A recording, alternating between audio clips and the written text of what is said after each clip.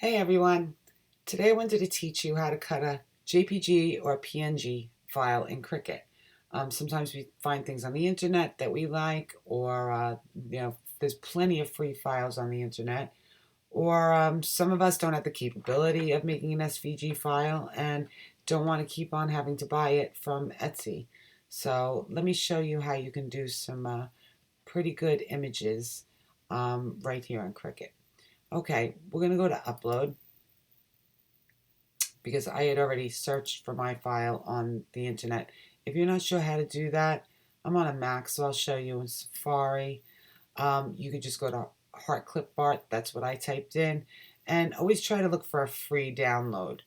And you just right click it, save it to your computer, and then we'll pick up from where we are now, which is upload image. It's already saved to my computer. So we'll browse for it. Let's see, it's in downloads, and let's do the pumpkin. Okay, I always hit complex. There's simple, moderately complex, and complex. I always hit complex. I just feel like, why not have it do the most work, the best job? That's just always what I hit. And then you would go down here and hit continue. Okay, once you see this, and even though this is a little bit fuzzy, it actually will cut really well. We're going to go to the background remover down here. There's an eraser, and I always use this tool on the left here. So I select on that, and then you can just click on the white. I don't see white anywhere else.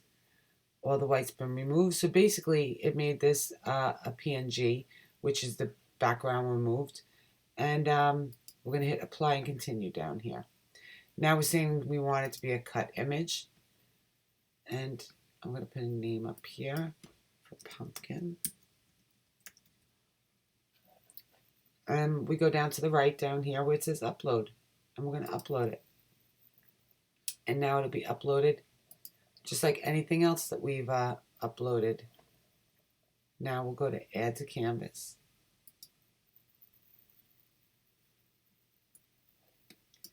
You're going to see, I'll zoom in on this. It really is a nice image. It's not as fuzzy. It's not fuzzy like it was in the picture, and it cuts very well. I did test that out. I wanted to show you another thing. Okay, let me show you. We'll go to make it just to make sure you see that it's in there. Okay, see, there's your pumpkin. Okay, I wanted to show you one other thing. If you had handwriting or, well, not necessarily handwriting, but if you have text from a program where you have nicer fonts, or you don't have to pay for the fonts like you do in Cricut. I did mine in Photoshop. I just typed something out in Photoshop. I saved it as a JPG, and I'll show you how that turned out so that you can do that as well if you would like to. Just go to Upload, Upload Image, Browse, Downloads, and I Love You More I typed out. So let's open that. Okay, again, I'm going to go to Complex, and on the right down here on the bottom, I'm going to go to Continue.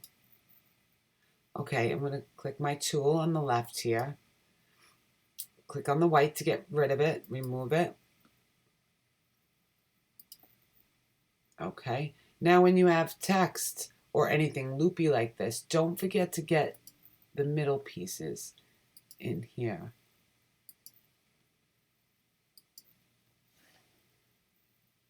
So getting rid of all those.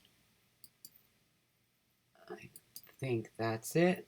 That looks good. On the bottom right, apply and continue. Okay, now we can see it as a cut image. We're going to click on that. You can name it. It has I Love You More in there.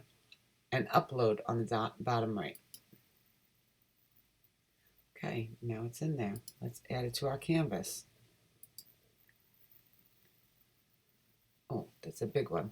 Let's size that down.